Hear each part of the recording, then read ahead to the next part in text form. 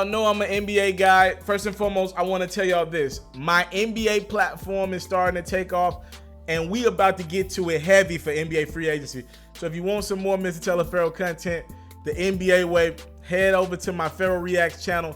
Hit that subscribe button on that platform. We're not going to do a crap ton of NBA on my main channel. Obviously, when LeBron James signs or any big trade, we'll talk about it on the main hip-hop channel because that's relevant to hip-hop culture as well. But for all the sports updates, like I'm finna do 300 videos in like 10 days. Head over to the Ferro Reacts channel right now. Subscribe to that platform, and we'll keep you up to date as possible. Now, let's get into the video. Breaking news. I'm excited. Kawhi Leonard of the San Antonio Spurs has demanded a trade out of San Antonio, according to Adrian Woj and a couple other sources at ESPN. As a matter of fact, David Aldridge of NBA TNT has confirmed this as well. He wants out. Kawhi Leonard, after an abysmal season last year in which Kawhi Leonard played, it was definitely less than 10 games. He gave it a run midway through the season, coming off of an injury that was sustained in the 2017 postseason, right, in which Zaza Pachulia came up under Kawhi. He was out, went through surgery. Took him a little while, a little longer than expected to battle back. He was able to get back on the court. Was that late December, top of January? Body just wasn't cooperating with him. Sat it down. There was a speculation. Was he going to play? Is he going to try to play through it? The Spurs were still in contention. I mean, they could have had a 3 seed if Kawhi would have came back around February or March. These questions kept coming up, and it got messy. You heard Manu Ginobili come out and make a statement or two. Tony Parker come out and make a statement or two. Popovich was like, yo, I don't have any info. Go talk to Kawhi Leonard's guys. It got messy, and the Spurs just wind up shutting them down, right? So to break down what was going on, the San Antonio Spurs doctors cleared Kawhi Leonard, but Kawhi and his own set of doctors in New York said he wasn't clear and wasn't ready to go. I didn't know this up until last year. If a guy don't want to play, he didn't have to play. And financially, the Spurs had to pay him for all of last year. He said he wasn't right. His body wasn't right. As long as that injury was sustained on the court, he got paid. And he was cleared by Spurs doctors. Now, if this continued for a year or two down the line, the Spurs could possibly do some kind of litigation and legal action against Kawhi. But last year, Kawhi collected all his paychecks and he didn't play, right? Guaranteed money. Welcome to the NBA.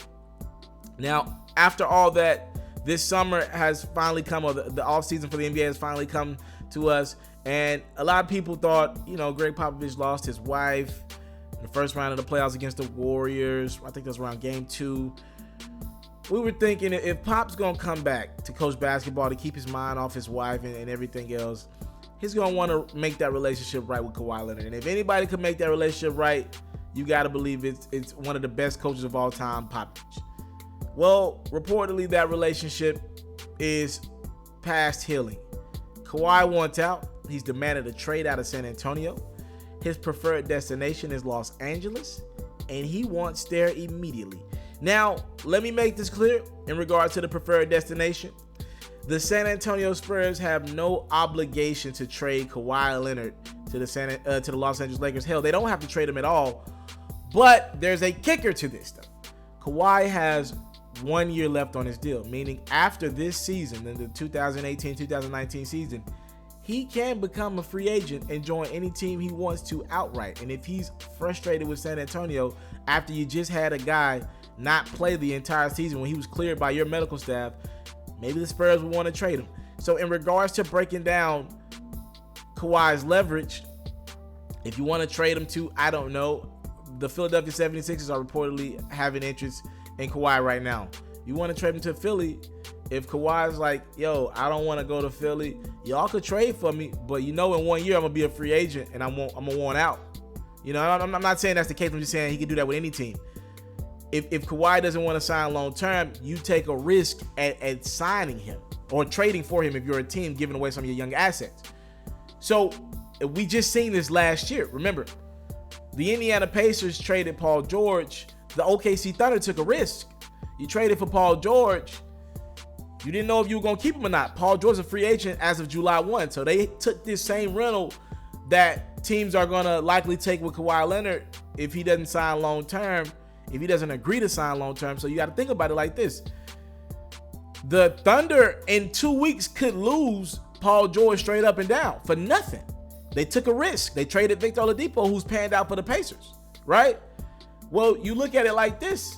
If Paul George opts to re-sign with the Thunder, it was worth it. You got an all-star type player with Russell Westbrook, so it could be worth it.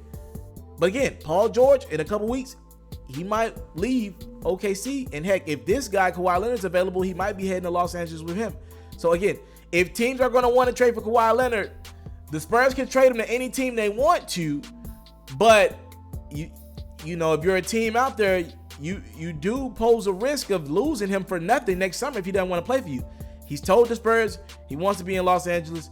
Clippers or the Lakers would prefer the Lakers, but he would go to the Clippers. He just wants to be in Los Angeles. Kawhi is a very different type of guy. So obviously it's going to be one of those things, right? It's going to be probably a tough back and forth to get him to a team. His communication has never been great. But if he does join the Lakers, that would open up a plethora of possibilities for LeBron James. You know, we have to bring the free agent that everybody is going to be coveting this summer into this some kind of way. If Kawhi is traded to the Los Angeles Lakers, there is a financial way where Kawhi, LeBron, and Paul George could be on the same team. And if that were to happen, I would then put that team over the Golden State Warriors. So to break down what you need to have happen, the Lakers were going to lose Julius Randle this summer anyway. The Spurs would likely want some young assets, a la probably Lonzo Ball and Brandon Ingram. But you're getting Kawhi Leonard. You take that. Now, the Lakers can make a couple other moves and be in a position to sign Paul George and maybe work out some sort of a sign and trade with the Cavs. Or flip-flop it. Sign LeBron James straight up and work out some type of sign and trade with the Thunder, who would also want some young assets for Paul George if they're going to lose him for nothing.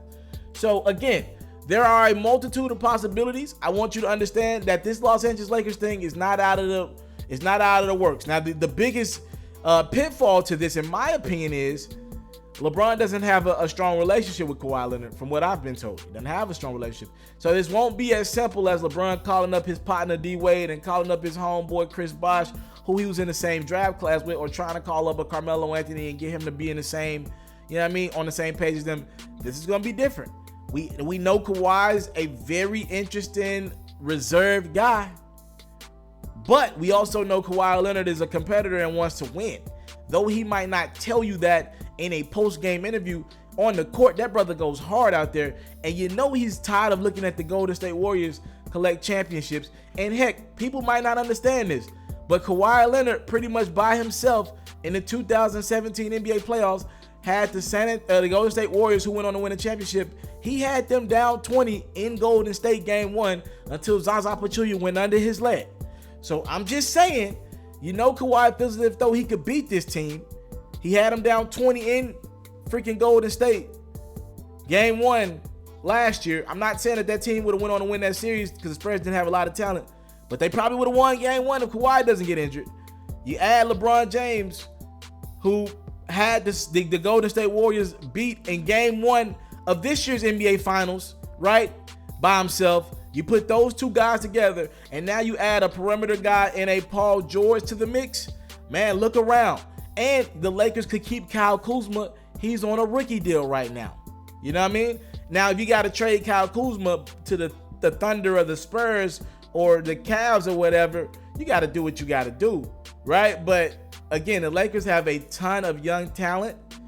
They could work out some type of sign and trade with Julius Randle. Lakers got talent. Lakers have a crap ton of talent between Randle, Ingram, Kuzma, Lonzo, and Magic. Y'all know he loves him, so LeBron James. And look, this is what you get all that young talent for, to compete for championships. This is the Lakers we talking about. They want championships. They ain't trying to do this rebuild mode forever. If this team is about championships, which we've notoriously seen them be about, and they're not trying to rebuild for the next 7 to 8 years with a project at best anyway. You don't know what the heck you're going to get from Lonzo Ball. You don't know what the heck you got in Brandon Ingram. I mean, this to me looks like a sure move for the Lakers to compete for a championship next year. You get those 3 guys, you're in a position to compete for a ring immediately next year. The Warriors will have fits everywhere defensively. Somebody's going to be a mismatch, because I'm just thinking about it. You know, I mean, we put it in basketball terms. If Klay has to guard Paul George, and if Kevin Durant has to guard Kawhi Leonard, who guards LeBron James? Draymond Green might be able to give LeBron James fits in spots on the court, but let's make this clear. If he has to guard LeBron James for 48 minutes of basketball in the NBA Finals, LeBron is going to destroy him. I'm just being as honest as possible.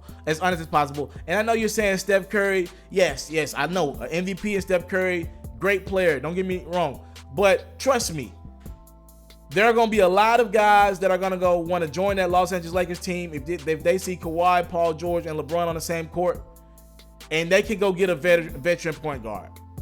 They can go get a Patrick Beverly on the market somewhere that'll more than be happy to lock up a Steph Curry.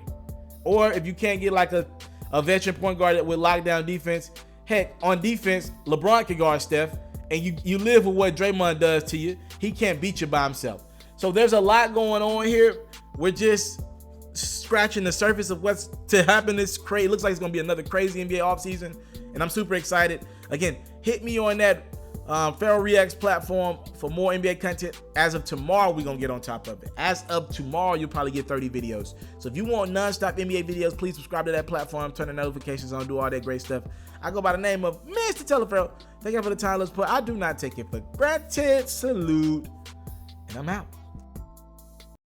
I want to salute you, homie, you know, for building your own thing and doing your own thing, creating your own platform, your own website. I got one life to live out my dreams, and I'm giving this thing all I got. I interview celebrities. I talk sports. I represent the culture. Right now, you're turning up on MrTaliaferro.com, shawty. Yeah!